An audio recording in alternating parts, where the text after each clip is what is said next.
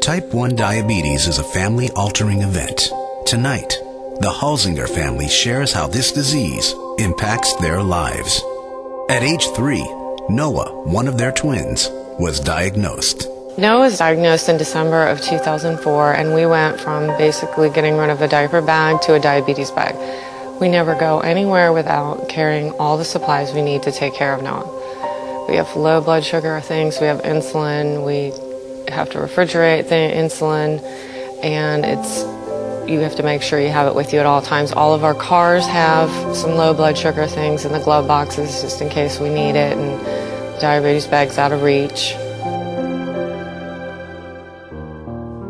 I'm a guy who fixes things. I build elevators and repair them for a living. I built the boys' tree house at home. I fix the cars at home. If there's a plumbing problem, I can fix it all. But when Noah was diagnosed with diabetes, I quickly learned that I couldn't fix it no matter what I did. It was really gut-wrenching to know that there was something that a parent couldn't do for their child. I was willing to go to the end of the earth for him. The only thing I could do is manage this disease. It's the best that I can do until there's a cure that's found.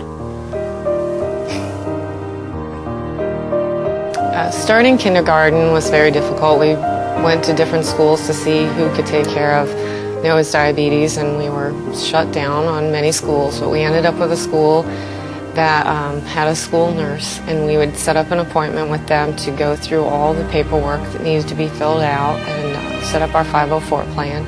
We had an educational session with all of the people that come in contact with him throughout the day, and they all have low blood sugar items handy in case Noah goes low. Sick days are the worst.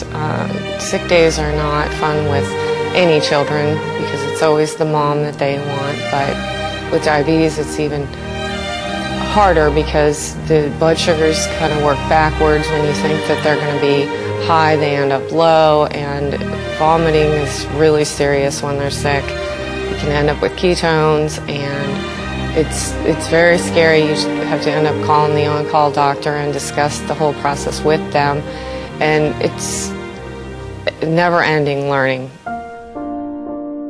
The boys, I never want to hold Noah back, but there's certain things that scare me to death. You know, he's really been getting comfortable with riding his bike, and they want to be able to ride their bike around the block. And I'm not so much worried about them being abducted or something happening and crashing their bikes. I'm more worried that when he's a quarter mile away on the other side of the block, that his blood sugar is going to drop and there's nobody going to be around that can do anything about it. I still want to give him his freedom, and I want him to be able to grow up as a little boy and do all have these great boy adventures. But he also has limitations. It just absolutely kills me to have to impose these limitations on his health because of his health. Hi, I'm Noah Holsinger. I'm 9 years old, and I got diabetes when I was in 2004, and I was 3 when I got it. I do not remember not having diabetes. Sometimes I'm afraid my whole family will get it.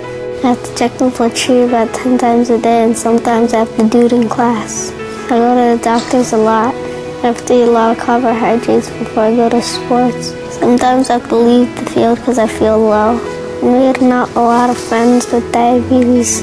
I just had a great summer with diabetes camp, but I never get a break from diabetes all the time. I met Congressman Bill Young to tell him that we want to find a cure. He has diabetes also. He and Noah also talked about their blood sugars. When I wake up, I go to school. After school, I go to workouts. After workouts, I go to football practice. And when I get home, I do my homework. And I just can't imagine what it would be like to have diabetes like Noah and do all of that. When Noah was diagnosed, I was 10 years old. My brother was 14. And we got a call from my mom.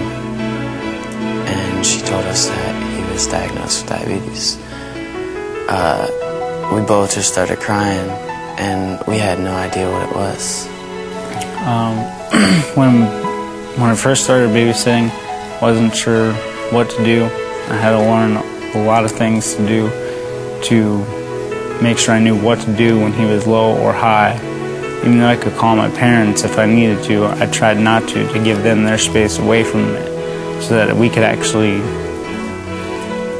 try to control it on ourselves, me and my other brother. Eventually got comfortable enough with it to where I wanted to take him to a hockey game and I wasn't scared. I knew exactly what I was doing. If he was low or high, I knew exactly what to do and where to go if something drastically changed, and I was prepared for it.